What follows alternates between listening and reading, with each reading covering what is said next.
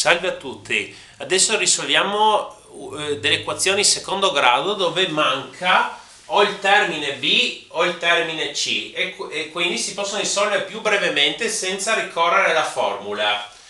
Se abbiamo un'equazione di questo tipo dove vedete manca c o per meglio dire c uguale a 0, come si risolvono? Facilmente raccogliendo x a entrambi i termini. X che moltiplica 3x più 2, chiusa parentesi, uguale a 0. Adesso questo per questo mi dà 0. Questo è vero quando ho un fattore uguale a 0 oppure l'altro fattore uguale a 0. Quindi abbiamo che x uguale a 0 oppure 3x più 2 è uguale a 0.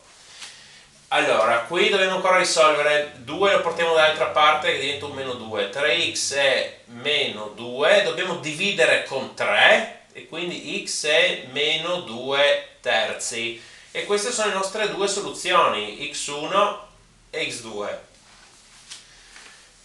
Adesso risolviamone ancora un'altra.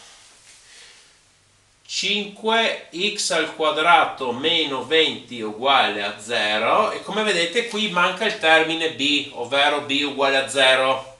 Questa come si risolve? Questa si risolve più o meno come si risolve un'equazione di primo grado.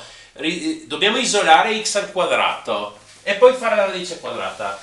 Allora, dobbiamo isolare x al quadrato, questo meno 20 lo portiamo dall'altra parte. 5x al quadrato è uguale più 20. Dobbiamo adesso dividere con 5 entrambi i lati.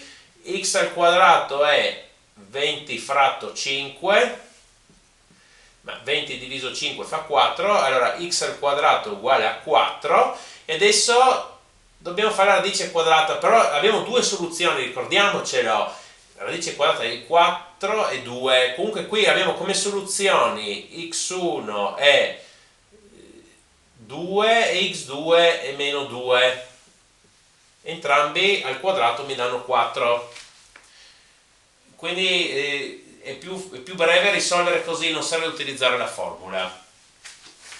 Per favore mettete un mi piace e iscrivetevi, grazie.